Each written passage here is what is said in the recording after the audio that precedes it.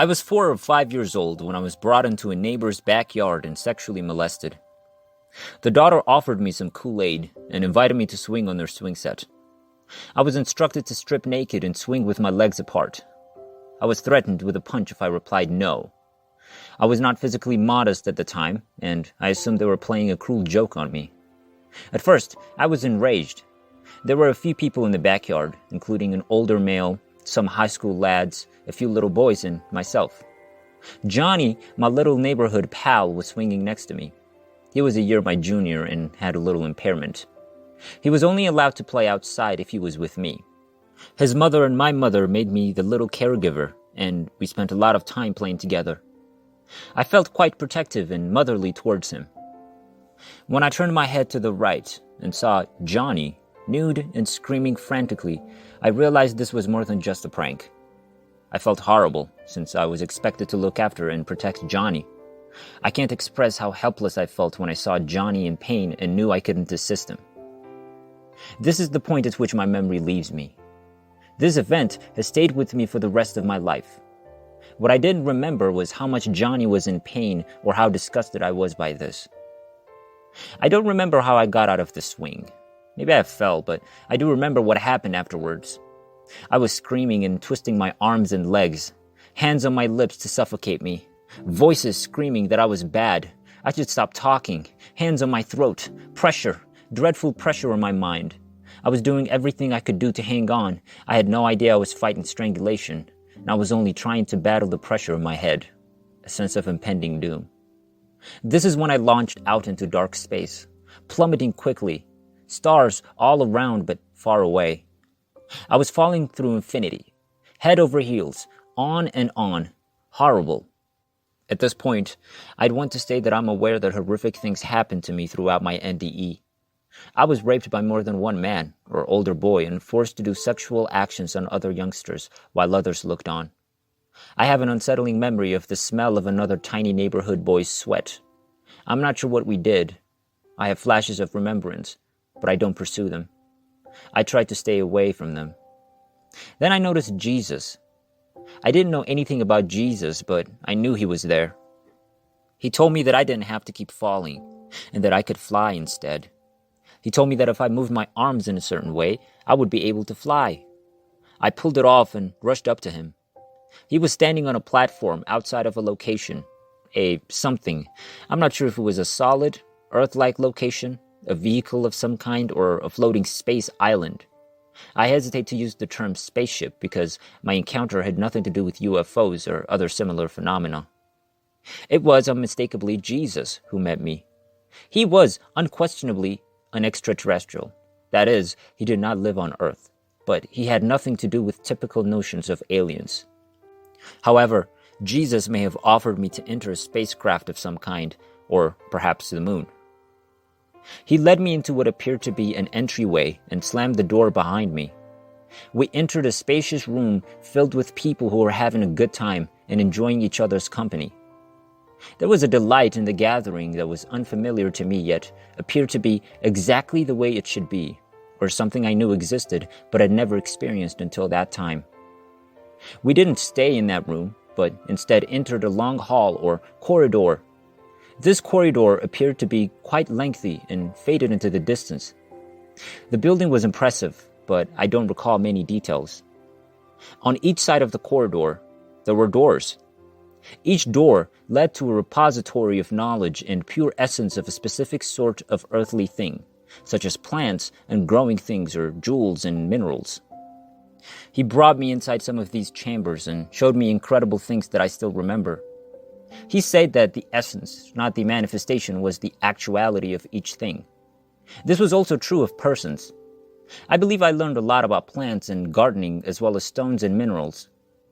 I still remember some things and have used this information all my life, even if I don't recall where I got it.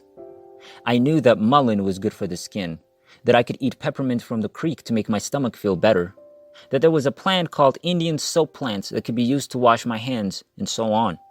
All of this looks quite interesting now, but I recall what occurred next much more vividly. After our tour of the numerous chambers, Jesus led me back to the main area. He showed me the big crowd that had gathered.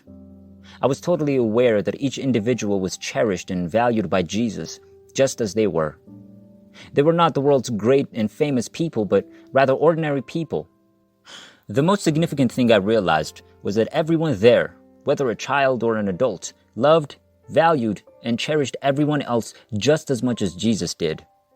Because they were the only one, everyone knew and valued them. Everyone was praised for who they were.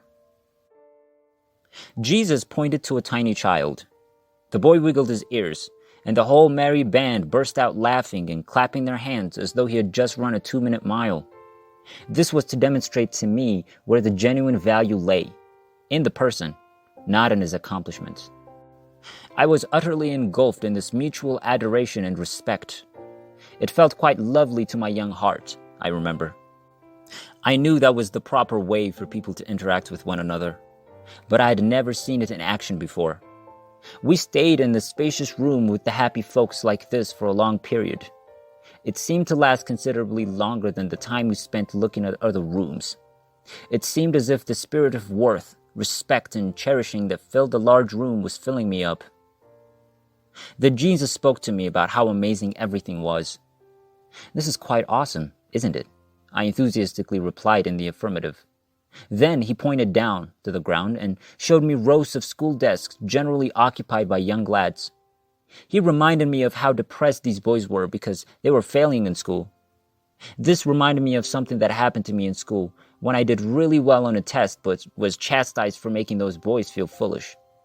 This was extremely unjust because, after all, we were instructed to try our best and I did my best. But, obviously, I took my teacher's reprimand extremely seriously.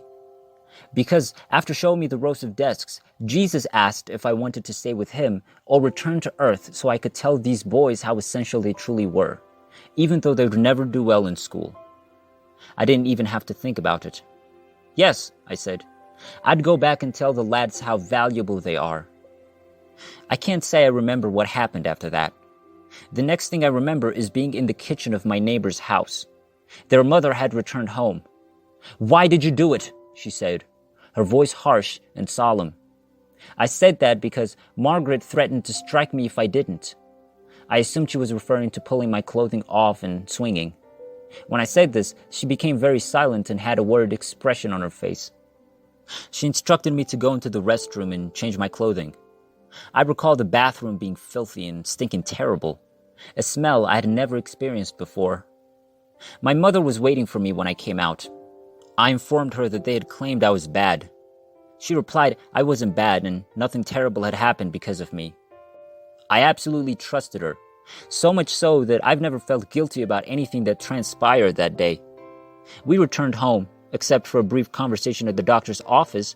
We never discussed what had occurred. I asked Johnny if I might play with him a day or two later. My mom told me not today. I inquired again the next day. She stated that Johnny had relocated. I never saw or heard anything further about him. This disturbed me greatly because I so wanted to tell Johnny about my time with Jesus and how essential and cherished Johnny was. Another evidence occurred shortly after this event when my mother took me to the doctor, who examined me and briefly brought up the matter of the abuse. We didn't talk about what had happened to me, but about the mission I had been assigned. On the drive home, I mentioned how much I wanted to teach my friends about their worth and how much I adored them. My mom felt I'd make an excellent teacher. I was also relieved that I decided to return to school as a teacher rather than a student.